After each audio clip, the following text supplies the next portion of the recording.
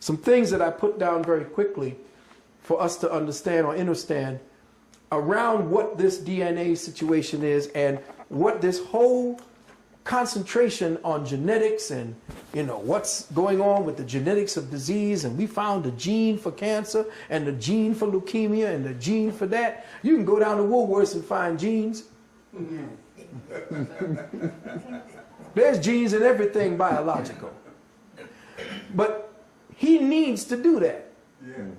He needs to think that he is in control, because he is going to poison you with what he finds. He can't do anything good with what he finds. He needs to keep poisoning you, because by your suffering and pathology he lives. Know that the medical system does not exist by your health. It exists based on you being maintained within a pool of pathology. That's correct. So his control, his science is to find out what may harm you so that he may stay in control. Oh, yes.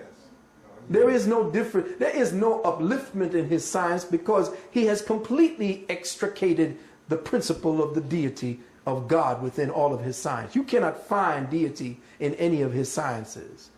Therefore, it has to be satanic.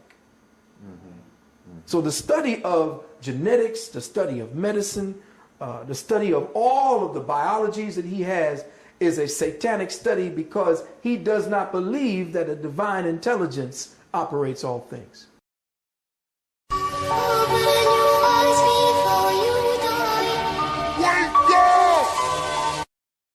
A few years ago, with my colleague Emmanuel Charpentier, I invented a new technology for editing genomes. It's called CRISPR-Cas9.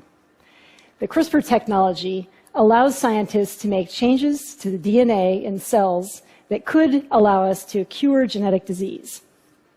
You might be interested to know that the CRISPR technology came about through a basic research project that was aimed at discovering how bacteria fight viral infections. Bacteria have to deal with viruses in their environment, and we can think about a viral infection like a ticking time bomb. A bacterium has only a few minutes to defuse the bomb before it gets destroyed. So many bacteria have in their cells an adaptive immune system called CRISPR that allows them to detect viral DNA and destroy it. Part of the CRISPR system is a protein called Cas9 that's able to seek out and cut and eventually degrade viral DNA in a specific way. And it was through our research to understand the activity of this protein Cas9 that we realized that we could harness its function as a genetic engineering technology, a way for scientists to delete or insert specific bits of DNA into cells with incredible precision that would offer opportunities to do things that really haven't been possible in the past. The CRISPR technology has already been used to change the DNA in the cells of mice and monkeys, other organisms as well. Chinese scientists showed recently that they could even use the CRISPR technology to change genes in human embryos. And scientists in Philadelphia showed they could use CRISPR to remove the DNA of an integrated HIV virus from infected human cells. The opportunity to do this kind of genome editing also raises various ethical issues that we have to consider, because this technology can be employed not only in adult cells, but also in the embryos of organisms, including our own species.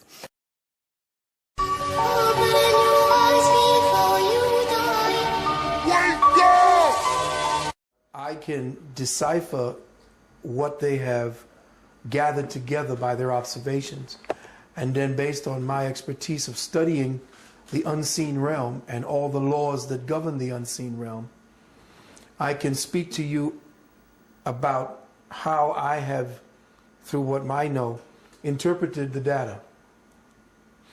Well, first and foremost, the science of genetics is another form of fragmentation of the study of the whole biospiritual body that we call the human being.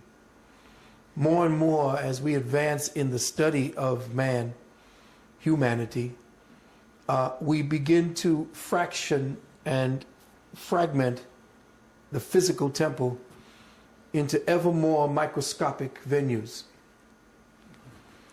And we have come now to the phase of knowledge where man is now seen as an atomic structure created or formed into a molecular structure, which in turn is formed into a cellular structure, and from that cellular structure comes out into the different forms of intelligence that we see walking the planet from the DNA. All of the different quote-unquote discoveries that we're getting today is based upon the perception that present man has of himself, or the present church or religious venue of science. Science is a form of religion. Just like politics is a form of religion. Religion is a form of religious thinking. It is the marginalization of thought or certain abstracts into a formula.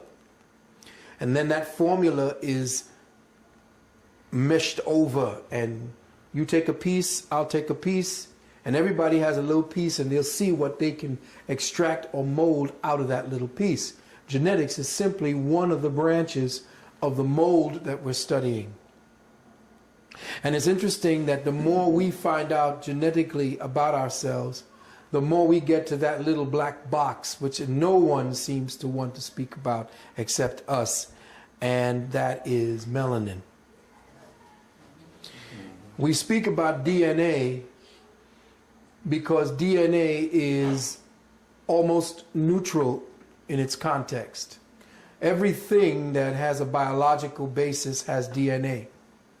So does rocks, dirt, everything has some form of DNA structure because it is part and parcel of a living, breathing, sentient, conscious planet. So there is no part of what we live on or what we participate in that is not conscious. Not only of itself, but as itself. So when Brother brought this particular information to us, what happened is that every time there is a new breakthrough in science, and I know that there are other metaphysicians and other spiritual people who know what I'm speaking about, that every time someone comes to us with something new that science has discovered, the occultist, the metaphysician, the one who studies the spirit, already knows what that formula is. We just have not yet interpreted the language that they've used to describe what they've discovered. But once we get a chance to look at it for a while, we know, based upon the science of metaphysics and the study of the occult realms that our ancestors have studied, we know what they are touching upon and what they are looking through. So he may hide behind his codes, which probably, if you punch in the letters DNA, you probably get right to them. You have to see that his constant fractionalizing of life is based upon the way that he sees through the prism of his reality. He cannot see or abstractly understand and understand whole beings and whole things. The Caucasoid has a frame of reference that cannot see the wholeness of a thing. Mm-hmm. He may be able to describe the surface of it, but his ability to interface with that thing that he is observing, he does not have the mechanism, the crystalline mechanism necessary for him to access that. Or there are many who have crossed that line by studying ardently and religiously, quote unquote, and fervently with the dark-skinned masters, but they still do not engender the immediacy of the spirit. They have to describe it in abstract forms through their formulas and what they believe they see as we consciously move through ever-evolving stages in the spirit. And religion is that lock, because it does not explain the spirit. It tells you to believe. But when you believe, it means that you have surrendered your critical thinking and your reasoning mind to accept something based upon what somebody else has said, not first-hand experience. Here's the problem. This society, Western society, is not based in first-hand experiences. Western society is based on vicarious experiences, which means we go to movies, TVs, we go to different shows to see other people enjoy first-hand experiences with us. That's true. So a second-hand experience does not allow for certain parts of our bodies to develop. It does not allow for certain consciousness, cellular consciousness to be awakened. Because when you take away first-hand experience, you take away the soul's ability to interface with the moment on an organic level, and thus traps the spirit or the soul in a paradigm always looking for itself, which is a first-hand experience with itself.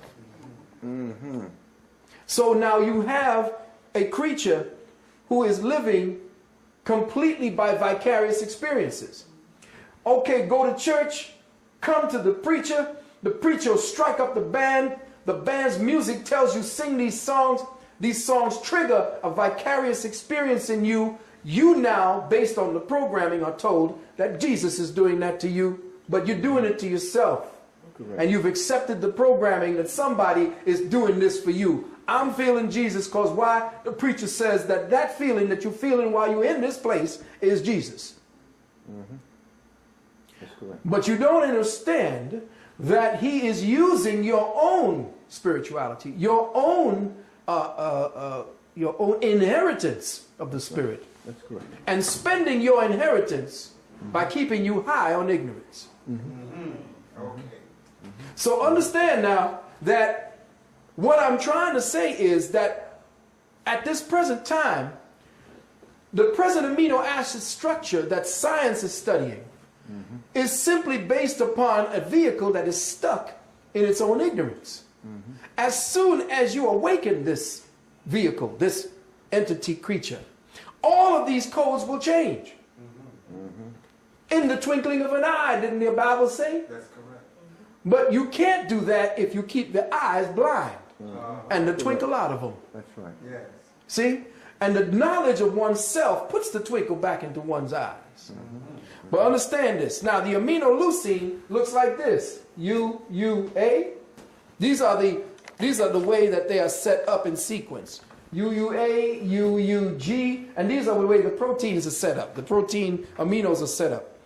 CUU, CUC, CUA, and CUG. Now, if you're looking at it, we have 6 completely different chemical combinations, but they all still add up. These 6 different completely chemical combinations. These are 6 completely different chemical combinations for amino acids, but they all add up to leucine. Which means, and this is happening throughout the whole DNA helix, which means that humanity is stuck or locked down in a consciousness of redundancy. The consciousness redundancy that we are presently locked down in means that we can't see to the next phase of our development in the journey of life. And what has happened for the last 2,000 years is that a force has been placed upon us, has been imposed upon us. We have been forced into this reality to believe something that you don't understand. And you know what Stevie said? If you believe in things you don't understand, you suffer.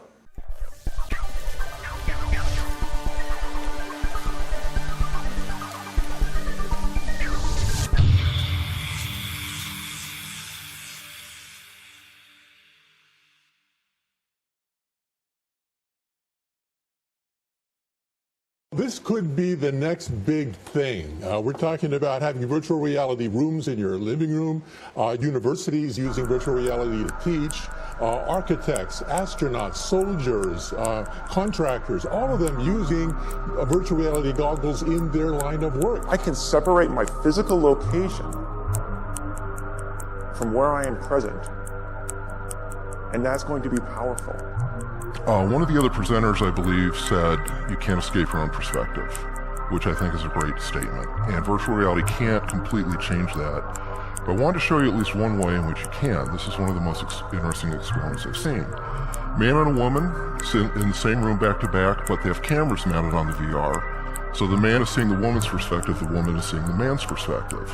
And they communicate how they actually move, what they do. So you can actually see what it's like to actually live in somebody else's body. One of the big things that we're working on for the future is artificial intelligence, and our goal is to build computer systems which are better than people at all the perceptual things that people do.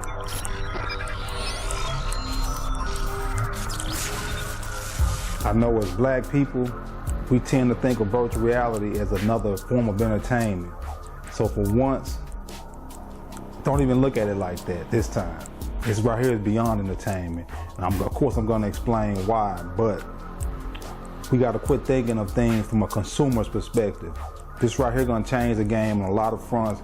We got to pay attention, get out in front of this. The way the cell phones done took over and warped all these young folks' minds to where they can't live without their cell phone. It's hard for us to talk or communicate or do anything without doing anything via a cell phone. This right here gonna get rid of the cell phone. It's something that we're gonna have to jump out in front of, you know, as far as the conscious community moving forward.